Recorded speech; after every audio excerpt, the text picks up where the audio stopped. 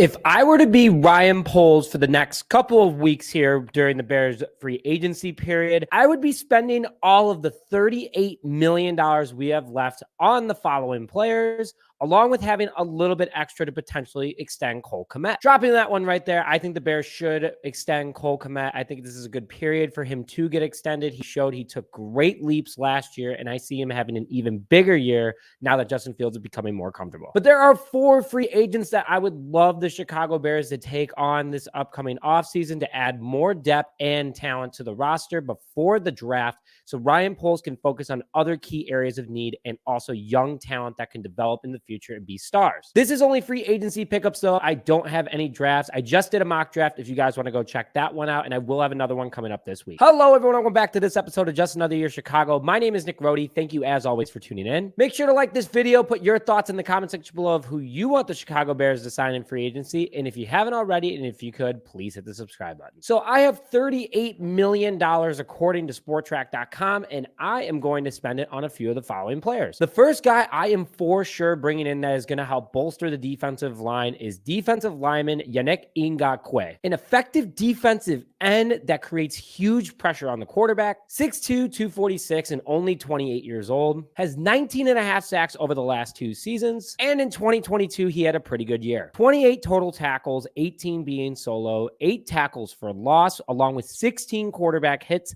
9.5 sacks, and 1 forced fumble. Bears were nearly dead last in every single defensive lineman category last year, and Ngakoue is an instant upgrade in that department. He gets after the quarterback very well, works well in the Eberflus defense, and is a young veteran who can make an immediate impact. I would give him a 2-year, $20 million contract, $10 million per season. So that leaves me with $28 million this season, and I have 2 upgrades at edge now thanks to going out and getting DeMarcus Walker and now bringing in Ngakoue. The next guy I'm bringing in from free agency is Poona Ford, defensive lineman who played for the Seattle Seahawks last season. A tank of a defensive lineman would help even more upgrade the interior defensive line.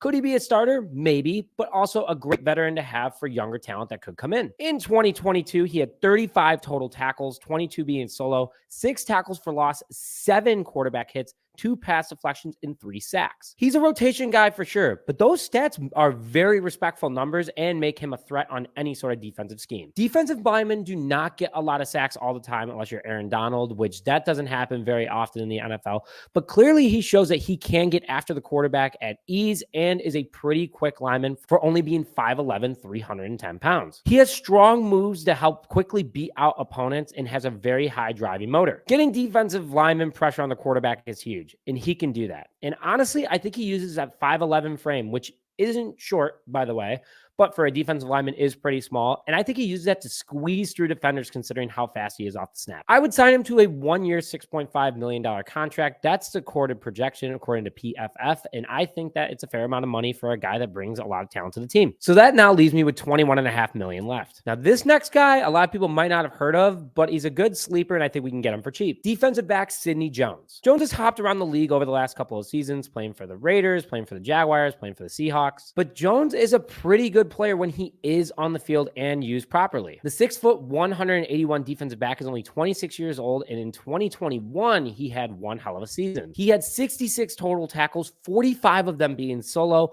1 tackle for loss, and 10 pass deflections. He has the ability to be a strong ball hawk defender, and I would only sign him for depth. He is young, he's a bigger corner, and I think that, hey, bring him in on a 1-year contract and let's see what he can do. I would sign him to a 1-year, $2.5 million contract, considering he is a veteran, and let's see if he would make it even out of training camp. Now that leaves me with $19 million left, and I know that I said that I was going to re-sign Cole Kmet, but this next guy, let's focus on what we're doing in free agency before re-signing Kmet. Offensive guard / offensive tackle, Dalton Risner. Yes, he can play both positions, mainly a guard in the NFL, but he has shown the ability and his size to be able to play tackle. I would love it if the Bears are to pull it off, because either they can put him at tackle, or if they, for some reason, do get rid of Cody Whitehair, this guy would be a great replacement. A very reliable offensive lineman for the Broncos the last few seasons. He fits the Ryan Poles description of of how he wants his offensive lineman built. A big, slim 6'5", 312 pounds, and only 27 years old. Could maybe move to that right tackle position if needed. He has only missed 4 games in 4 seasons in the NFL. He has career 3,775 offensive snaps